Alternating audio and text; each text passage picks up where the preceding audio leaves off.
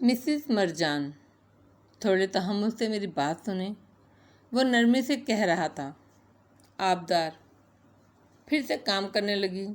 اسے معلوم تھا اب وہ اسے تسلی دے گا، علاج کے طریقے یا پھر ایڈاپشن یا اس حقیقت کو قبول کر کے مثبت سوچ رکھنے کا نصیحت۔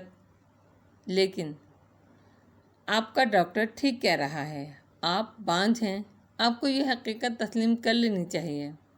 لکھتے ہوئے آبی رکی، اس کی آنکھوں میں ناگواری ابھری۔ اسے برا لگا تھا، ایسے کہتے ہیں بھلا کسی کو؟ مڑ کر شاکی نظروں سے دیکھا۔ دور کونے میں لوگ شیرو کو اٹھا رہے تھے، وہ لڑکا بھاگ چکا تھا۔ آپ بانجھ کہلانے پہ اتنی اپسیٹ کیوں ہیں سعدی؟ مسز مرجان نے صرف گلہ آمیز نظروں سے اسے دیکھا۔ آپ قرآن پڑھتی ہیں مسز مرجان؟ اچھا، اب وہ حضرت ابراہیم علیہ السلام یا زکریا علیہ السلام والا واقعہ دہرائے گا؟ آبی نے دوبارہ سے کام کی طرف توجہ دیتے ہوئے سوچا۔ کبھی کبھی اس دنیا کے کروڑوں لوگوں کا مسئلہ ہے۔ خیر، آپ نے اس میں زکریا علیہ السلام والا واقعہ تو پڑھا ہوگا۔ انہوں نے اللہ سے دعا کی کہ ان کو اکیلا نہ چھوڑیں تو اللہ نے انہیں یحییٰ عطا کیے، مگر وہ پیغمبر تھے سعدی۔ سعدی نے گہرا سانس لیا۔ میم، خوبصورت لڑکوں کی بات کاٹا نہیں کرتے، اس لیے تحمل سے مجھے سنیں۔ جب زکریا علیہ السلام نے دعا کی تو اللہ نے ان کو ایک دم سے اولاد نہیں دی، بلکہ پہلے بشارت دی کہ ان کے ہاں بیٹا ہوگا۔ مگر جب یہ بشارت دی تو زکریا علیہ السلام حیرت سے پوچھنے لگے کہ یہ کیسے ہو سکتا ہے؟ تو اللہ نے فرمایا، ہم نے اس سے پہلے آپ کو بھی تو تخلیق کیا تھا، اور آپ بھی تو کچھ نہیں تھے۔ آپ مجھے بتائیں مسز مرجان، کیا آپ نے غور کیا اس پر؟ دیکھو سعدی، میں سمجھ رہی ہوں تم کیا کہہ رہے ہو۔ اللہ تعالیٰ زکریا علیہ السلام کو یہ بتا رہے تھے کہ آپ کچھ بھی نہ تھے، یعنی ہر انسان پانی کا ایک قطرہ ہوتا ہے، اور یہ اتنا امیزنگ ہے کہ وہ 6 فٹ کا انسان بن جاتا ہے۔ ہم سب کی پیدائش امیزنگ ہے، لیکن میرا کیس مختلف ہے۔ نہیں، یہیں پہ ہم دونوں مختلف ہیں، کیونکہ قرآن پڑھنے اور قرآن پر غور کرنے میں فرق ہوتا ہے۔ آپ اسی آیت کو دیکھ لیں، اللہ نے زکریا کو مخاطب کیا کہ آپ بھی تو کچھ نہ تھے۔ آپ نے اس سے مراد ہر انسان کی پیدائش لی، لیکن میرے خیال میں اس کا ایک اور مطلب بھی ہے۔ آبی بے اختیار گردن موڑ کر دیکھنے لگی۔ مسز مرجان نے بھی قدرے متذبذب سے اس لڑکے کو دیکھا۔ میرے خیال میں مسز مرجان، اللہ تعالیٰ چاہتا ہے کہ ہم ہر انسان کی پیدائش نہیں، صرف زکریا کی پیدائش پر غور کریں۔ مطلب زکریا بنی اسرائیلی تھے، اور بنی اسرائیل یعقوب علیہ السلام کی اولاد ہوتے ہیں۔ آپ بتائیے، یعقوب علیہ السلام کس کے بیٹے تھے؟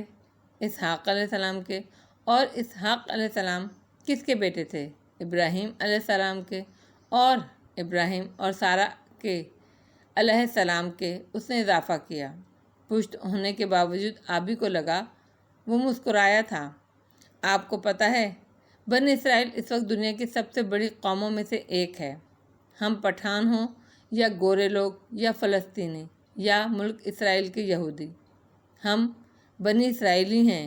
اسی لیے پٹھانوں اور گوروں، جن کو ہم انگریز کہتے ہیں، ان کی شکلیں ملتی ہیں، کیونکہ ہم سب پیچھے سے اسرائیل علیہ السلام کی اولاد میں سے ہیں۔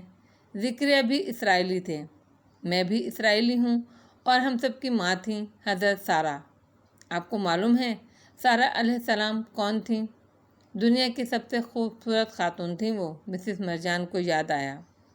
بالکل، وہ دنیا کی سب سے خوبصورت خاتون تھیں، اور وہ بانجھ تھیں۔ ایک لمحے کے لیے آبدار کا سانس رک گیا، ارد گرد ہر شے تھم گئی۔ مسز مرجان بھی بالکل ٹھہر کر سعدی کو دیکھ رہی تھیں۔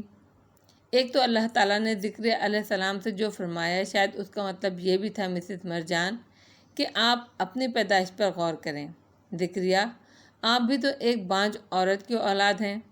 آج دنیا کی آبادی کا ایک بڑا حصہ اسی بانجھ عورت کی اولاد ہے۔